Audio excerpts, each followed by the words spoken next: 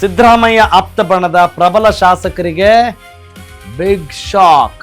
RB. ತಿಮ್ಮಾಪುರ್ಗೆ 2028ರಲ್ಲಿ Congress ticket ಸಿಗೋದಿಲ್ವಂತೆ. 2028ರ ಚುನಾವಣೆಗೆ ಆರ್.ಬಿ. ತಿಮ್ಮಾಪುರ ಸ್ಪರ್ಧೆ ಮಾಡಲ್ವಾ? Why it is so? Mudhol ಕ್ಷೇತ್ರದಲ್ಲಿ ಮತ್ತೊಂದು ಅಭ್ಯರ್ಥಿಗೆ ಟಿಕೆಟ್ ಏನಾದರೂ ಖಚಿತ ಆಗ್ತಾ ಇದೆಯಾ? ಹೇಗಾದರೂ ಮಾಡಿ 2028ರಲ್ಲಿ ಮುಧೋಳ ಗೆಲ್ಲಲೇಬೇಕು ಅಂತ ಪಣ ತೊಟ್ಟಿದ್ದಾರೆ. ಅಲ್ಲದೆ ಕಾಂಗ್ರೆಸ್ ನಾಯಕರ ಲೆಕ್ಕಾಚಾರ ಕೂಡ ಬೇರೆನೇ ಇದ್ದಂಗೆ ಕಾಣ್ತಾ ಇದೆ, ಅಸಲಿಯತೆ ಬೇರೆ ಇದ್ದಂಗೆ ಕಾಣ್ತಾ ಇದೆ. ಆರ್.ಬಿ. ತಿಮ್ಮಾಪುರ ಬದಲಿಗೆ ಡಿ.ಕೆ. ಶಿವಕುಮಾರ್ ಆಪ್ತನಿಗೆ ಮಣೆ ಹಾಕುವ ಸಾಧ್ಯತೆ ಇದೆ. ಹಾಗಾದ್ರೆ ಯಾರದು? ಏನ್ ಕತೆ? ಯಾಕೆ ಈ ಚಿತಾವಣೆ? ಕ್ಷೇತ್ರದಲ್ಲಿ ಜನ ಇವರೇ ಬೇಕು ಅವರೇ ಬೇಕು ಅಂತಾರ, ಅಥವಾ ಇಲ್ಲಿ ನನ್ನ ಬಣದವ್ರು ನಿಂತರೆ ಗೆಲ್ತಾರೆ, ನಿನ್ನ ಬಣದವ್ರು ನಿಂತರೆ ಗೆಲ್ತಾರೆ ಅಂತ ಹೇಳಿ ಪೈಪೋಟಿ ನಡೀತಾ ಇದೆಯಾ ಅನ್ನೋದು ರಾಜಕಾರಣದ ಪ್ರಶ್ನೆ.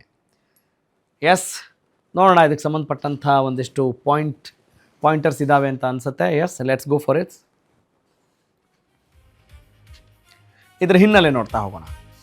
ಕಾಂಗ್ರೆಸ್ನ ಆರ್.ಬಿ. ತಿಮ್ಮಾಪುರ ಅಬಕಾರಿ ಸಚಿವರಾದಂಥವರು 77,298 ಮತಗಳನ್ನು ಪಡಿತಾರೆ. ಯಾವಾಗ? 2023ರ ಚುನಾವಣೆಯಲ್ಲಿ. ಗೋವಿಂದ ಕಾರಜೋಳ ಭಾರತೀಯ ಜನತಾ ಪಕ್ಷದ ವತಿಯಿಂದ ಸ್ಪರ್ಧೆ ಮಾಡಿ ಪರಾಭವಗೊಳ್ಳುತ್ತಾರೆ. ಅಲ್ಲಿ ಕಡಿಮೆ ಅಂತರ ಅಂತ ಹೇಳಬಹುದು. 59,963, ಅಂದಾಜು 60,000 ಅಂತ ಅಂದ್ಕೊಳ್ಳಿ. 17,000 ಚಿಲ್ಲರೆ ಇಲ್ಲಿ ಅಂತರ ಇದೆ. ಇನ್ನು ಪಕ್ಷೇತರ ಅಭ್ಯರ್ಥಿಯಾಗಿ ಸತೀಶ್ ಬಂಡಿವಡ್ಡರ್ ಅವರು 17,902 ಮತಗಳನ್ನು ಪಡೆದಿದ್ದಾರೆ. ಇದು ಮುಧೋಳ ಕ್ಷೇತ್ರದ ಒಂದು ಫಲಿತಾಂಶ. ಯಾವಾಗ? ಕಳೆದ ಬಾರಿಯ ಚುನಾವಣೆಯಲ್ಲಿ, 2023ರ ಚುನಾವಣೆಯಲ್ಲಿ. ಈಗ ಆರ್.ಬಿ. ತಿಮ್ಮಾಪುರ್ ಅವರು ಯಾರ ಬಣದವರು? ಸದ್ಯಕ್ಕೆ ಗುರುತಿಸ್ಕೊಂಡಂಥವ್ರು ಅಂತ ಹೇಳಿದ್ರೆ, ಅಯ್ಯೋ ಯಾವ ಬಣ ಆದ್ರೆ ಏನ್ರಿ ಅಂತ ಹೇಳ್ಬೋದು, ಅದು ಬೇರೆ ಡಿಸ್ಕಷನ್. ಆದರೆ ಇವರು ಸಿದ್ದರಾಮಯ್ಯ ಬಣದವರು ಅಂತ ಗುರುತಿಸಲಾಗಿದೆ. ಆದರೆ ಮುಂದಿನ ದಿನಗಳಲ್ಲಿ ಇಷ್ಟೆಲ್ಲ ಟ್ರ್ಯಾಕ್ ರೆಕಾರ್ಡ್ ಚೆನ್ನಾಗಿದ್ದು ಕೂಡ ಯಾಕ್ರಿ ಇವ್ರಿಗೆ ಟಿಕೆಟ್ ಕೊಡಲ್ಲ ಅಂತ ಹೇಳಿದರೆ, ಡಿ.ಕೆ. ಶಿವಕುಮಾರ್ ಆತ್ಮೀಯ ಅಲ್ಲಿ ಟಿಕೆಟ್ನ ಪಡಿತಾರೆ ಅನ್ನೋದು ಸದ್ಯದ ಸುದ್ದಿ, ಜಿದ್ದಾಜಿದ್ದಿನ ಸುದ್ದಿ. Yes, let's go for next update. 2028ರಲ್ಲಿ ಸತೀಶ್ ಬಂಡಿವಡ್ಡರ್ಗೆ ಕಾಂಗ್ರೆಸ್ ಟಿಕೆಟ್ ಕೊಡಲಿಕ್ಕೆ ಏನಾದರೂ ಸಿದ್ಧತೆ ನಡೀತಾ ಇದೆಯಾ? ಡಿ.ಕೆ. ಶಿವಕುಮಾರ್ ಆಪ್ತರಾಗಿದ್ದಾರೆ ಸತೀಶ್ ಬಂಡಿವಡ್ಡರ್. ಬೋವಿ ವಡ್ಡರ್ ಸಮುದಾಯದ ಪ್ರಬಲ ನಾಯಕ ಯಾರು? ಇದೇ ಸತೀಶ್ ಬಂಡಿವಡ್ಡರ್. 3 ಬಾರಿ ಟಿಕೆಟ್ ಆಕಾಂಕ್ಷಿಯಾಗಿದ್ದರೂ ಕೂಡ ಅವರಿಗೆ ಕಾಂಗ್ರೆಸ್ನಿಂದ ಟಿಕೆಟ್ ಸಿಕ್ಕಿರಲಿಲ್ಲ. 2023ರಲ್ಲೂ ಕಾಂಗ್ರೆಸ್ ಟಿಕೆಟ್ ಆಕಾಂಕ್ಷಿಯಾಗಿದ್ದರು, ಆದರೆ ಪಕ್ಷೇತರರಾಗಿ ಅವರು ಸ್ಪರ್ಧೆ ಮಾಡ್ತಾರೆ. ಕೈ ಟಿಕೆಟ್ ತಪ್ಪಿದ್ರಿಂದ ಅವರು ಇಂಡಿಪೆಂಡೆಂಟ್ ಆಗಿ ಸ್ಪರ್ಧೆ ಮಾಡ್ತಾರೆ. ಆರ್.ಬಿ. ತಿಮ್ಮಾಪುರ್ಗೆ ಕಾಂಗ್ರೆಸ್ನಿಂದ ಸಾಕಷ್ಟು ಅವಕಾಶ ಈಗಾಗಲೇ ಕಲ್ಪಿಸಲಾಗಿದೆ ಮತ್ತು ಹಿರಿಯರು ಇದ್ದಾರೆ, ನಮಗೂ ಅವಕಾಶ ಕೊಡಿ ಸ್ವಾಮಿ ಅಂತ ಸತೀಶ್ ಡಿಮ್ಯಾಂಡ್ ಇಟ್ಟಿದ್ದಾರಂತೆ. ಹೀಗಾಗಿ ಯಂಗ್ ಎನರ್ಜೆಟಿಕ್ ಅಂತ ಪರಿಗಣಿಸಿ ಇದಕ್ಕೆ ಆಯ್ತಪ್ಪ ಅಂತೇನಾದರೂ ಡಿ.ಕೆ. ಶಿವಕುಮಾರ್ ಅಸ್ತು ಹೊಂದಿದ್ದಾರಾ? ಸದ್ಯದ ಸುದ್ದಿ ಹೀಗಿದೆ. ಹೀಗಾಗಿ ಮುಂದಿನ ಚುನಾವಣೆಯಲ್ಲಿ ಬದಲಾವಣೆ ಆದರೂ ಕೂಡ ಆಶ್ಚರ್ಯ ಪಡೋ ಹಾಗಿಲ್ಲ. ಯಾಕಂತ ಹೇಳಿದ್ರೆ ಬದಲಾವಣೆಯ ಗಾಳಿ ಬೀಸುವಂಥ ಎಲ್ಲ ಸಾಧ್ಯತೆಗಳು ಇದ್ದಾವೆ. Yes, he is the person. Yes, he is the person. Satish Bandivaddar ಪಕ್ಷೇತರರಾಗಿ 17,000ಕ್ಕೂ ಹೆಚ್ಚು ಮತಗಳನ್ನು ಪಡೆದುಕೊಂಡಂಥವರು ಒಂದು ತಮ್ಮದೇ ಪಕ್ಷೇತರ ಅಭ್ಯರ್ಥಿಯಾಗಿ ತಮ್ಮದೇ ಆದಂಥ ಒಂದು ಪೈಪೋಟಿಯನ್ನು ಕೊಟ್ಟಿದ್ದಾರೆ. ಹೀಗಾಗಿ ಪರ್ಮನೆಂಟ್ ಮಿನಿಸ್ಟರ್ ಕಾನ್ಸ್ಟಿಟ್ಯೂನ್ಸಿ ಅಂತ ಕರೆಯಲ್ಪಡುವಂಥ ಮುಧೋಳ ಕ್ಷೇತ್ರದಲ್ಲಿ ಮುಂದಿನ ಬಾರಿ ಏನಾದರೂ ಬದಲಾವಣೆ ಆಗುತ್ತಾ? 2028ರಲ್ಲಿ ಸಾರ್ವತ್ರಿಕ ವಿಧಾನಸಭಾ ಚುನಾವಣೆ ನಡೆದರೆ ಇವ್ರಿಗೆ ಟಿಕೆಟ್ ಏನಾದರೂ ಸಿಗುತ್ತಾ ಕೈಪಾಳ್ಯದಿಂದ? ಸದ್ಯಕ್ಕೆ ಹೇಳ್ತಾ ಇದೆ, ಹ್ಞೂ ಅಂತಿದ್ದಾವೆ ಮೂಲಗಳು. ಮುಧೋಳ ಜಾತಿ ಲೆಕ್ಕಾಚಾರ ನೋಡೋಣ. ಪರಿಶಿಷ್ಟ ಜಾತಿ 19% ಇದ್ದರೆ ಪರಿಶಿಷ್ಟ ಪಂಗಡದ ಮತದಾರರು 4.4% ಇದ್ದಾರೆ. ಕಾರಜೋಳ ಮತ್ತು ತಿಮ್ಮಾಪುರ ಇಬ್ಬರೂ ಕೂಡ ಒಂದೇ ಸಮುದಾಯಕ್ಕೆ ಸೇರಲ್ಪಟ್ಟಂಥವ್ರು, ಮಾದಿಗ ಸಮುದಾಯಕ್ಕೆ ಸೇರಲ್ಪಟ್ಟಂಥವ್ರು. ಇಲ್ಲಿ ಮಾದಿಗ ಸಮುದಾಯದ ಮತಗಳೇ ಬಹಳ ನಿರ್ಣಾಯಕ, ಅಂದರೆ ಮುಧೋಳ ವಿಧಾನಸಭಾ ಕ್ಷೇತ್ರದಲ್ಲಿ. ಅದೇ ಕಾರಣಕ್ಕೆ ಮಾದಿಗ ನಾಯಕರ ಸಂಖ್ಯೆ ಕೂಡ ಅಲ್ಲಿ ಜಾಸ್ತಿ ಇದೆ. ಅಂದರೆ ಲೀಡರ್ಸ್ ಜಾಸ್ತಿ ಆಗ್ತಾ ಇದ್ದಾರೆ, ನಮ್ಮವ್ರು ಜಾಸ್ತಿ ಇದ್ದಾರೆ ಅಂತ ಹೇಳಿದಾಗ ಅಲ್ಲೂ ಲೀಡರ್ಸ್ ಹುಡ್ಕೊಳ್ತಾರೆ. ಸಾಕಷ್ಟು ಸಂಖ್ಯೆಯಲ್ಲಿದ್ದಾರೆ ಲಿಂಗಾಯತ ಮತ್ತು ರೆಡ್ಡಿ ಮತದಾರರು ಕೂಡ. ನಂತರ ಸ್ಥಾನದಲ್ಲಿದ್ದಾರೆ ಕುರುಬರು. ಎಸ್,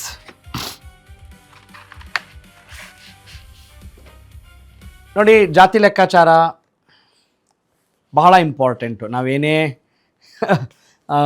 ಜಾತಿ ಕಾಸ್ಟ್ಲೆಸ್ ಕಾಸ್ಟ್ಲೆಸ್ ಅಂತ ಹೇಳಿದರೂ ಕೂಡ ಜಾತಿ ತನ್ನದೇ ಆದಂಥ ಕಮಾಲ್ನ ಮಾಡ್ತಾ ಇದೆ. ಅದು blood is thicker than the water ಅಂತ ಹೇಳ್ತಾರೆ.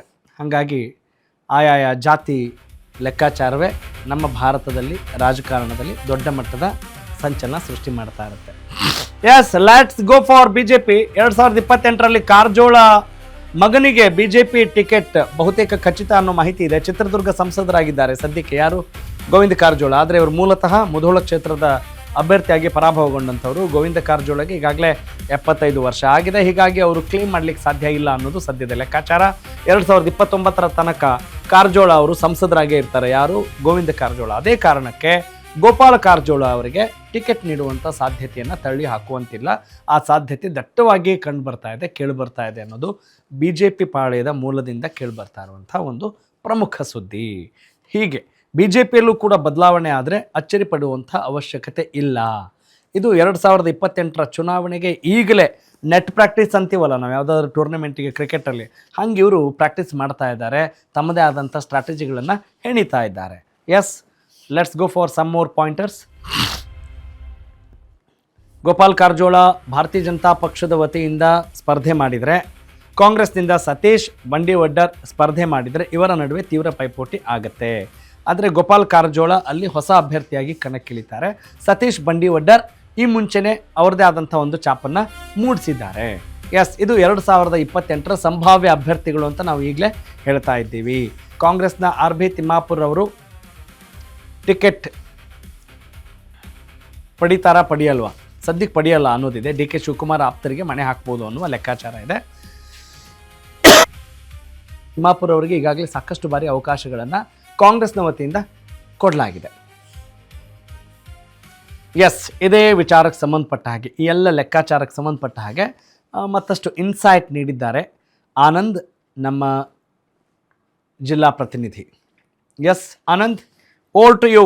ಸದ್ಯದ ಲೆಕ್ಕಾಚಾರ ಏನು ಅಂತ ಗೊತ್ತಾಗಿದೆ, ಆದರೆ ಯಾವ ನಿರೀಕ್ಷೆಗಳಿಲ್ಲಿ ಸದ್ಯಕ್ಕೆ ಗರಿಗೆದಿರ್ತಾ ಇದ್ದಾವೆ? Please go head. ಬಾಗಲಕೋಟೆಯ ಜಿಲ್ಲೆಯ ಏನು ಮೀಸಲು ಮತಕ್ಷೇತ್ರ ಇದೆ, ಆ ಮೀಸಲು ಮತಕ್ಷೇತ್ರಕ್ಕೆ 2028ರ ಚುನಾವಣೆಗೆ ಈಗಲೇ ಒಂದು ತಯಾರಿ ಮಾಡುತ್ತಿದ್ದಾರೆ. ಈಗಾಗಲೇ ಇಲ್ಲಿ ಮಾಜಿ ಸಚಿವರಾಗಿರುವಂತಹ RB ತಿಮ್ಮಾಪುರ ಅವರು ಸಹ ಒಂದು ಶಾಸಕರಾಗಿದ್ದು, ಮುಂದಿನ ಏನು ಚುನಾವಣೆಗೆ ಅವರು ಸಹ ನಾನು ಈ ಮೀಸಲು ಮತಕ್ಷೇತ್ರಕ್ಕೆ ನಾನು ಸ್ಪರ್ಧೆ ಅಂತ ಈಗಾಗಲೇ ಹೇಳಿದ್ದಾರೆ. ಇದ್ರ ಜೊತೆಗೆ 3 ಬಾರಿ ಟಿಕೆಟ್ ಆಕಾಂಕ್ಷಿಯಾಗಿರುವಂತ ಸತೀಶ್ ಬಂಡಿವಡ್ಡರ್ ಅವರು ಸಹ ಈಗಾಗಲೇ ತಮ್ಮದೇ ಆದಂತ ಒಂದು ಕಾರ್ಯತಂತ್ರ ಮೂಲಕ ತೆರೆಮರೆಯಲ್ಲಿ ಒಂದು ಕಸರತ್ತು ಮಾಡಿದ್ದಾರೆ. ನನಗೂ ಈ ಬಾರಿಯೂ ಏನು 2028ಕ್ಕೆ ಟಿಕೆಟ್ ನೀಡಬೇಕು, ಯಾಕೆಂದ್ರೆ 3 ಬಾರಿ ನಾನು ಏನು ಆಕಾಂಕ್ಷಿಯಾಗಿದ್ದರೂ ಸಹ ನನಗೆ ಸರಿಯಾಗಿ ಸ್ಪಂದನೆ ಕೊಟ್ಟಿದ್ದಿಲ್ಲ. ಹೀಗಾಗಿ ಈಗ 2028ಕ್ಕಾದರೂ ಟಿಕೆಟ್ ನೀಡಬೇಕೆಂಬುದನ್ನು ಏನು ಸತೀಶ್ ಬಂಡಿವಡ್ಡರ್ ಅವರು ತಮ್ಮ ಆಕಾಂಕ್ಷೆಯನ್ನು ವ್ಯಕ್ತಪಡಿಸಿದ್ದಾರೆ. ಹೀಗಾಗಲೇ 2028ರ ಚುನಾವಣೆಗೆ ಈಗಲೇ ಏನು ಒಂದು ಸ್ಪರ್ಧೆಗಳು ಜೊತೆಗೆ ಆಕಾಂಕ್ಷಿಗಳು ಒಂದು ತೆರೆಮರೆ ಕಸರತ್ತಾಗಿದೆ. ಇನ್ನೊಂದು ಮುಖ್ಯವಾಗಿ ಗಮನಿಸಬೇಕಾದ ವಿಷಯ ಅಂದ್ರೆ RB ತಿಮ್ಮಾಪುರ್ ಅವರು ಮಾಜಿ ಮುಖ್ಯಮಂತ್ರಿ ಸಿದ್ದರಾಮಯ್ಯನವರ ಪರವಾಗಿ, ಅಂದ್ರೆ ಅವರು ಗುಂಪಿನ ಪರವಾಗಿ ಅವರು ಒಂದು ಒಲವು ಇತ್ತು. ಹೀಗಾಗಿ ಸಿದ್ದರಾಮಯ್ಯನವರ ಬಣ ಎಂಬುದು ಈಗಾಗಲೇ ಒಂದು ಏನು ಎಲ್ಲರೂ ಬಹಿರಂಗವಾಗಿದೆ. ಈ ಮಧ್ಯೆ ಏನು ಸತೀಶ್ ಬಂಡಿವಡ್ಡರ್ ಇದ್ದಾರೆ, ಅವರು ಡಿ ಕೆ ಶಿವಕುಮಾರ್ ಏನು ಈಗ ಮುಖ್ಯಮಂತ್ರಿ ಇದ್ದಾರೆ, ಆ DK ಶಿವಕುಮಾರ್ ಅವರ ಬಣ ಆಗಿದ್ದಾರೆ. ಹೀಗಾಗಿ ಇವರು ಇಬ್ಬರ ಮಧ್ಯೆ ಈಗಾಗಲೇ ಒಂದು ಸ್ಪರ್ಧೆ ಏರ್ಪಟ್ಟಿದೆ. 2028ರಲ್ಲಿ ಮುಧೋಳ ಮೀಸಲು ಮತಕ್ಷೇತ್ರ ಇರುವುದರಿಂದ ಭುವಿ ಸಮಾಜಕ್ಕೆ ಒಮ್ಮೆ ಆದರೂ ಕೊಡಬೇಕು ಎಂಬ ದೃಷ್ಟಿಯಿಂದ ಏನು ಭುವಿ ಸಮಾಜದವರು ಸಾಕಷ್ಟು ಒಂದು ಒತ್ತಡ ತಡೆದಿದ್ದಾರೆ. ಈ ಹಿನ್ನೆಲೆಯಲ್ಲಿ ಜುಲೈ 19ರಂದು ಚಿತ್ರದುರ್ಗದಲ್ಲಿ ಭುವಿ ಸಮಾಜದ ಒಂದು ಬೃಹತ್ ಸಮಾವೇಶ ಆಯೋಜನೆ ಮಾಡಿದ್ದಾರೆ. ಈ ಮೂಲಕ ತಮ್ಮ ರಾಜಕೀಯ ಅಸ್ತಿತ್ವವನ್ನು ಉಳಿಸಿಕೊಳ್ಳಲು ಅವರು ಪ್ರಯತ್ನ ಮಾಡ್ತಿದ್ದಾರೆ. ಸಭೆ ಸಮಾರಂಭ ಮಾಡೋ ಜೊತೆಗೆ ಈಗಲೇ ಒಂದು ರಾಜಕೀಯ ಕಾರ್ಯತಂತ್ರ ಮಾಡ್ತಿದ್ದಾರೆ ಅಂತ ಹೇಳ್ಬೋದು. ಒಟ್ಟಾರೆ 2028ರ ಚುನಾವಣೆಗೆ ಈಗಲೇ ಏನು ಮತಕ್ಷೇತ್ರದ ಆಯಾ ಮತಕ್ಷೇತ್ರದಲ್ಲಿ ಸ್ಪರ್ಧೆ ಮಾಡುವಂತ ಆಕಾಂಕ್ಷಿಗಳು ತಮ್ಮದೇ ಆದಂತ ಕಾರ್ಯತಂತ್ರ ಮೂಲಕ ತೆರೆಮರೆಯಲ್ಲಿ ಕಸರತ್ತು ಮಾಡುತ್ತಿದ್ದಾರೆ ಅಂತ ಹೇಳಬಹುದು. ಧನ್ಯವಾದ ತಮ್ಮೆಲ್ಲ ಮಾಹಿತಿಗಾಗಿ. ಎಸ್, ಒಟ್ಟಿನಲ್ಲಿ ಚುನಾವಣೆ ಅನ್ನೋದು ಇಮ್ಮಿಡಿಯೇಟಾಗಿ ಬಂದು ಬಿಡುತ್ತೇನೋ ಅನ್ನುವಷ್ಟರ ಮಟ್ಟಿಗೆ ಎಲ್ಲ ಪಕ್ಷಗಳಿಂದಲೂ ಕೂಡ ತಯಾರಿ ಜೋರಾಗಿ ನಡೀತಾ ಇದೆ. ಹಾಗಾಗಿ ಆ ತಯಾರಿಯನ್ನು ನೀವು ಕೂಡ ಮಾಡಬೇಕಾಗಿದೆ, ನಾವೇ ಮಾಡಬೇಕಾಗಿರೋದಲ್ವೇನ್ರಿ. This finger has to be worked. ಅಂದರೆ ವೋಟ್ ಹಾಕಬೇಕಾಗಿದೆ. ಹಾಗಾಗಿ ಸರಿಯಾದ ಅಭ್ಯರ್ಥಿಗೆ ನಾವು ಕೂಡ ವೋಟ್ ಮಾಡೋ ನಿಟ್ಟಿನಲ್ಲಿ ನಮ್ಮ ಚಿಂತನೆ, ನಮ್ಮ ತಯಾರಿ ಕೂಡ ಇರಲಿ ಅನ್ನುವ ಕಳಕಳಿಯೊಂದಿಗೆ